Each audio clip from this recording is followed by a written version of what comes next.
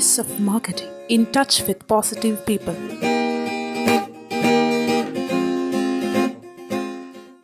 എല്ലാവർക്കും സ്വാഗതം.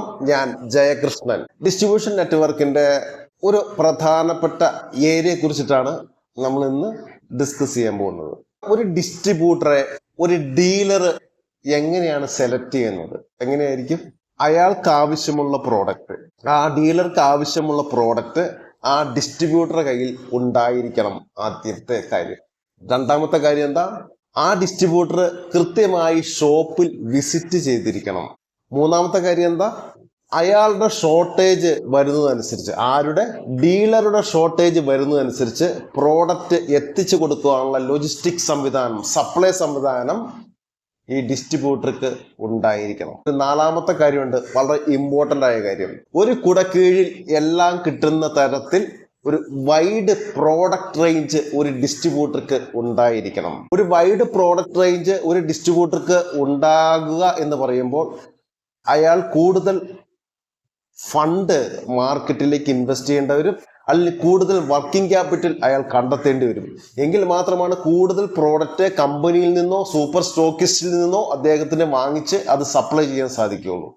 ഒരു 4 ഡിസ്ട്രിബ്യൂട്ടർ തൻ്റെ ഷോപ്പിലേക്ക് കയറി വന്ന് ചെറിയ ചെറിയ ഐറ്റത്തിന് വേണ്ടി അവർക്ക് പേയ്മെന്റ് സെറ്റിൽമെന്റ് ചെയ്യേണ്ടവരും, അവരെ വെയിറ്റ് ചെയ്യേണ്ടവരും, ഇങ്ങനെയുള്ള സംവിധാനം, ഇങ്ങനെയുള്ള പ്രശ്നങ്ങൾ ഒതുക്കി തീർക്കാൻ വേണ്ടിയിട്ട്, ഇത് മാറ്റിയെടുക്കാൻ വേണ്ടിയിട്ട് ഒരു കുടക്കീഴിൽ എല്ലാം കിട്ടുന്ന ഒരു ഡിസ്ട്രിബ്യൂട്ടർ ഉണ്ടെങ്കിൽ, അയാൾ കൃത്യമായിട്ട് ഷോപ്പിൽ വിസിറ്റ് ചെയ്യുമെങ്കിൽ, ആ റീറ്റെയിലറുടെ അടുത്ത് എല്ലാ ആഴ്ചയിലും കൃത്യമായിട്ട് വിസിറ്റ് ചെയ്യുമെങ്കിൽ, അയാളായിട്ടുള്ള റാപ്പോ ബെറ്റർ ആണെങ്കിൽ, കസ്റ്റമർ റിലേഷൻ ബെറ്റർ ആണെങ്കിൽ, എന്ത് പ്രോബ്ലം വന്നാലും ഒന്നിച്ചു നിൽക്കും, അത് പരിഹരിക്കാൻ നിൽക്കുന്ന ഒരു ഡിസ്ട്രിബ്യൂട്ടർ ആണെങ്കിൽ ഉറപ്പായിട്ടും ഡെഫിനറ്റ് ആയിട്ടും ആ ഡീലർ ഡീൽ ചെയ്യാൻ ആഗ്രഹിക്കുന്നത് അങ്ങനെയുള്ള ഒരു ഡിസ്ട്രിബ്യൂട്ടറുടെ കയ്യിൽ നിന്നും തന്നെയായിരിക്കും. കാരണം എല്ലാ പ്രോഡക്റ്റും അയാളുടെ കയ്യിലുണ്ട്. വ്യത്യസ്ത സ്വഭാവക്കാരായ വ്യത്യസ്ത മനുഷ്യരായിട്ട് ഇടപഴകേണ്ടി വരുന്നില്ല. ഒരാളുടെ അടുത്ത് ചോദിച്ചാൽ, ഒരു ഡിസ്ട്രിബ്യൂട്ടറുടെ അടുത്ത് ചോദിച്ചാൽ അയാളുടെ സ്റ്റാഫെങ്കിലും പ്രോഡക്റ്റ് കൃത്യമായിട്ട് എത്തിച്ച് കിട്ടുന്നുണ്ട്. പിന്നെ എന്തിനാണ് 2, 3, 4 ഡിസ്ട്രിബ്യൂട്ടറെ ആശ്രയിക്കുന്നത്? പിന്നെ ആ ഡിസ്ട്രിബ്യൂട്ടറായിട്ട് എന്തെങ്കിലും ഇന്റേണൽ ഇഷ്യൂവോ, പേയ്മെന്റ് പ്രശ്നമോ, ഔട്ട്സ്റ്റാൻഡിങ്ങിന്റെ പ്രശ്നമോ, സപ്ലൈ കൃത്യമായിട്ട് വരാതിരിക്കുകയോ, അങ്ങനെ സപ്ലൈ സംവിധാനത്തിൽ എന്തെങ്കിലും ഡിലേ വരികയോ, അല്ലെങ്കിൽ പേയ്മെന്റ് സംവിധാനത്തിൽ ഒരു ഇഷ്യൂ വരികയോ ഒക്കെ ചെയ്യുമ്പോഴാണ് ഒരു ഡിസ്ട്രിബ്യൂട്ടറെ ചേഞ്ച് ചെയ്യുന്നതിന് വേണ്ടി ഒരു ഡീലർ ശ്രമിക്കുന്നത്. ഒരു പരിധിവരെ ഒരു 2, 3, 4, 5 രൂപയുടെ ഒരു വ്യത്യാസം ആയിരിക്കില്ല.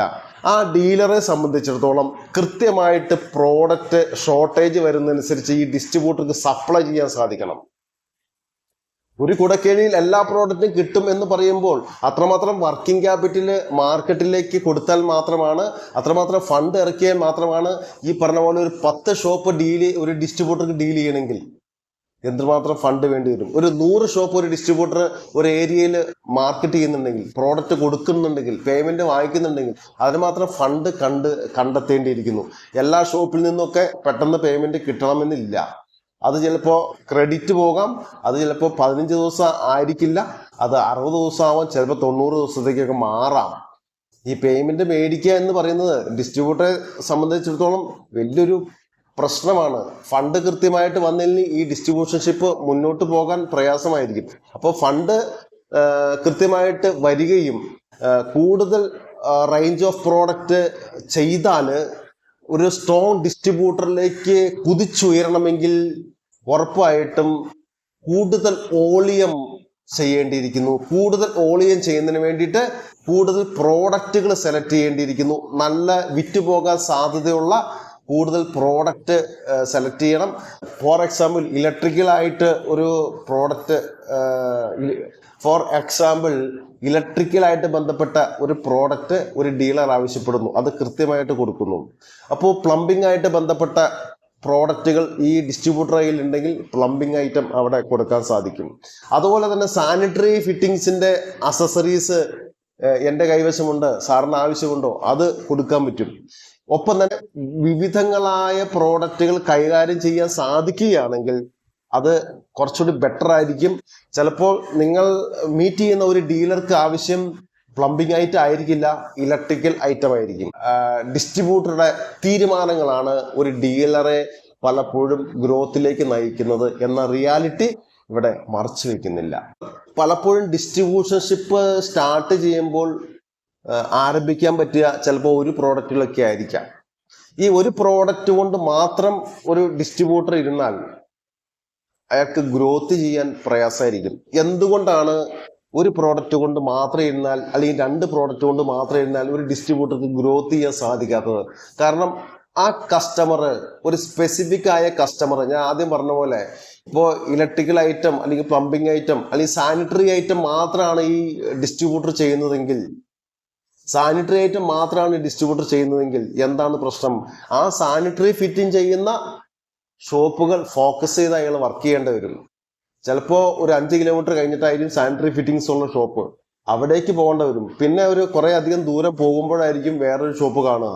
അപ്പോൾ ആ സമയം ഈ ഇലക്ട്രിക്കൽ പ്ലംബിംഗ് അതുമായി വരുന്ന അക്സസറീസുകളൊക്കെ ആയിട്ട് പോകുമ്പോൾ എല്ലാം കൂടി ഒന്നിച്ച് കിട്ടുമ്പോൾ കസ്റ്റമർ റിലേഷൻ ബിൽഡപ്പ് ചെയ്യുന്ന ആളാണ് ഈ ഡിസ്ട്രിബ്യൂട്ടർ എങ്കിൽ, ഡീലർക്ക് നല്ല സപ്പോർട്ട് കൊടുക്കുന്ന ആളാണെങ്കിൽ ഈ ഡിസ്ട്രിബ്യൂട്ടർ കയ്യിൽ നിന്ന് മാത്രമേ ഈ ഡീലർ പർച്ചേസ് ചെയ്യാൻ തയ്യാറാവുകയുള്ളൂ. അയാൾക്ക് കിട്ടുന്ന ബെനിഫിറ്റ് എന്താണ്? ഇതുകൊണ്ട് അയാൾക്ക് തീർച്ചയായിട്ടും പേയ്മെന്റ് ഒരാൾക്ക് കൊടുത്ത് സെറ്റിൽ ചെയ്താൽ മതി. നിങ്ങൾ എന്ന ഡിസ്ട്രിബ്യൂട്ടർ കൂടുതൽ പ്രോഡക്റ്റുകൾ എടുത്ത് ചെയ്യുമ്പോൾ, ഒരു ഡീലറെ ഫോക്കസ് ചെയ്യുമ്പോൾ ആ ഡീലർക്ക് എന്തെങ്കിലും സ്പെഷ്യൽ ഓഫർ നിങ്ങൾക്ക് കൊടുക്കാൻ പറ്റും, ആ ഡീലറെ പിടിച്ചു നിർത്താൻ പറ്റും. അവർക്ക് ഈ പ്രോഡക്റ്റ് അല്ലാതെ വേറെ വിവിധങ്ങളായ പ്രോഡക്റ്റ് കൊടുക്കുമ്പോൾ നിങ്ങളില്ലാതെ ആ ഡീലറുടെ ബിസിനസ് മുന്നോട്ട് പോകില്ല എന്നൊരു അവസ്ഥ വരുമ്പോൾ നിങ്ങൾ എന്ന ഡിസ്ട്രിബ്യൂട്ടർ ആ റീറ്റെയിൽ ഷോപ്പുകാരന് അവിഭാജ്യ ഘടകമായിട്ട് മാറുന്നു. അങ്ങനെ ഓരോ ഡിസ്ട്രിബ്യൂട്ടറും ഓരോ ഡീലർക്കും അവിഭാജ്യ ഘടകമായിട്ട് മാറുമ്പോൾ അവിടെ ബിസിനസ് ഗ്രോത്ത് ചെയ്യാൻ പറ്റും. ആരുടെ ബിസിനസ്? ഒരു ഡിസ്ട്രിബ്യൂട്ടർ ബിസിനസ് ഗ്രോത്ത് ചെയ്യപ്പെടുന്നത് നിങ്ങൾ ഓരോ ഡീലർക്കും ഒരു അവിഭാജ്യ ഘടകമായിട്ട് മാറാൻ നിങ്ങൾക്ക് സാധിക്കണം. അതെങ്ങനെയാണ് സാധിക്കുന്നത്? നല്ല കസ്റ്റമർ റിലേഷൻ, നല്ല കസ്റ്റമർ റാപ്പോ ബിൽഡപ്പ് ചെയ്യണം. അവരായിട്ട് വളരെയധികം നല്ല ഒരു ബോഡി ലാംഗ്വേജ് ഉണ്ടാകണം. അവരായിട്ട് നല്ല റിലേഷൻ കീപ്പ് ചെയ്യണം. അതിനെക്കുറിച്ചൊക്കെ നമ്മൾ സംസാരിച്ചു കഴിഞ്ഞാണ്. ഡിസ്ട്രിബ്യൂട്ടർ കുറച്ചുകൂടി സ്ട്രോങ് ആകണമെങ്കിൽ, നിങ്ങളുടെ ഏരിയ വൈഡ് ആക്കണമെങ്കിൽ നിങ്ങൾ കൂടുതൽ പ്രോഡക്റ്റ് എടുത്ത് ചെയ്യേണ്ടിയിരിക്കുന്നു. കൂടുതൽ പ്രോഡക്റ്റ് എടുത്ത് ചെയ്യുമ്പോൾ ഉള്ള ഒരു പ്രശ്നം എന്ന് പറയുന്നത് അതിൻ്റെ ഒരു വർക്കിംഗ് ക്യാപിറ്റൽ ഫണ്ട് കണ്ടെത്തണം. ഈ കൊടുത്താൽ പോരാ, വാങ്ങിക്കാനും നിങ്ങൾ പഠിച്ചാൽ ഈ ഡിസ്ട്രിബ്യൂഷൻ നെറ്റ്വർക്ക് കുറച്ചുകൂടി സുഗമമായിട്ട് മുന്നോട്ട് കൊണ്ടുപോകാൻ നിങ്ങൾക്ക് സാധിക്കും. അവിടെ ഒരു റെസ്പോൺസിബിൾ പേഴ്സൺ ആയിട്ട് ഒരു ഡിസ്ട്രിബ്യൂട്ടർ മാറേണ്ടതുണ്ട്. ചിലപ്പോൾ അയാളുടെ മാൻ പവർ കുറച്ചുകൂടി ഗ്രോത്ത് ചെയ്യേണ്ടതുണ്ട്. അയാൾക്കുടെ ലോജിസ്റ്റിക് സംവിധാനം, സപ്ലൈ സംവിധാനം കുറച്ചുകൂടി സ്ട്രോങ് ആക്കേണ്ടതുണ്ട്. ഏത് ഡീലർ എവിടെ വിളിച്ചാലും എപ്പോൾ വിളിച്ചാലും ചെറിയ പ്രോഡക്റ്റ് ആയാലും വലിയ പ്രോഡക്റ്റ് ആയാലും എത്തിച്ചു കൊടുക്കാനുള്ള ഉത്തരവാദിത്വം ഒരു ഡിസ്ട്രിബ്യൂട്ടർക്ക് ഉണ്ടായിരിക്കണം. അല്ലെങ്കിൽ നാളെ ഇട്ടിട്ട് വേറെ പോകും. ഒന്നാമത് ഡിസ്ട്രിബ്യൂഷൻഷിപ്പായിട്ട് അനവധി ആളുകൾ ഇപ്പോൾ മാർക്കറ്റിലേക്ക് ഇറങ്ങിക്കൊണ്ടിരിക്കുന്ന കാലഘട്ടമാണ്.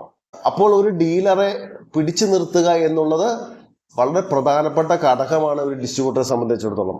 അത് ഡിസ്ട്രിബ്യൂട്ടർ ചെയ്യേണ്ടത് റെഗുലറായിട്ട് വിസിറ്റ് ചെയ്തുകൊണ്ടിരിക്കണം. ഓരോ റൂട്ട് തിരിച്ച് കൃത്യമായിട്ട് മൺഡേ പോകുന്ന ഷോപ്പുകളിൽ, കൃത്യമായിട്ട് റീറ്റെയിൽ ഷോപ്പുകളിൽ മൺഡേ വിസിറ്റ് ചെയ്തിരിക്കണം. മസ്റ്റായിട്ട് നിങ്ങൾക്ക് പോകാൻ പറ്റിയെങ്കിൽ നിങ്ങളുടെ സ്റ്റാഫിനെ പറഞ്ഞയച്ചിരിക്കണം. ട്യൂസ്ഡേ പോകുന്ന ഷോപ്പുകളിൽ കൃത്യമായ വിസിറ്റിംഗ് നടത്തിയിരിക്കണം. അതുകൂടാതെ ഓഫീസിൽ ആരെങ്കിലും ഉണ്ടെങ്കിൽ ഓഫീസിൽ നിന്ന് ഫോളോ അപ്പ് ചെയ്തിരിക്കണം. ഷോർട്ടേജ് എന്തെങ്കിലും ഐറ്റംസ് ഉണ്ടോ, എന്താണ് സാറിൻ്റെ പ്രശ്നം, എന്തെങ്കിലും എത്തിച്ചു തരേണ്ട ഐറ്റം ഉണ്ടോ, എന്തെങ്കിലും പ്രോബ്ലംസ് ഉണ്ടോ, എന്തെങ്കിലും ഇഷ്യൂകളുണ്ടോ, ഹാപ്പി അല്ലേ, പേയ്മെന്റ്സിന്റെ കാര്യങ്ങൾ എന്തൊക്കെയാണ്, അതിനുശേഷം വേണം പേയ്മെന്റ്സിന്റെ കാര്യം സംസാരിക്കാൻ. അതുപോലെ ഒരു കസ്റ്റമർ റിലേഷൻ ബിൽഡപ്പ് ചെയ്ത് കൂടുതൽ പ്രോഡക്റ്റ് കൂട്ടിക്കൊണ്ട് ഒരു നല്ല ഡിസ്ട്രിബ്യൂഷൻഷിപ്പ് നിങ്ങൾ ഡെവലപ്പ് ചെയ്യുകയാണെങ്കിൽ നിങ്ങൾ ചെയ്യുന്ന വലിയ സേവനത്തെ ഉറപ്പായിട്ടും ആ ഡീലർ വിലമതിക്കുകയും നിങ്ങളോട് ഒപ്പം തന്നെ വർഷങ്ങളോളം അവർ നിന്ന് പോവുകയും ചെയ്യും എന്നുള്ള റിയാലിറ്റി പറഞ്ഞുകൊണ്ട് ഈ എപ്പിസോഡ് ഇവിടെ വൈൻഡപ്പ് ചെയ്യുന്നു. All the best.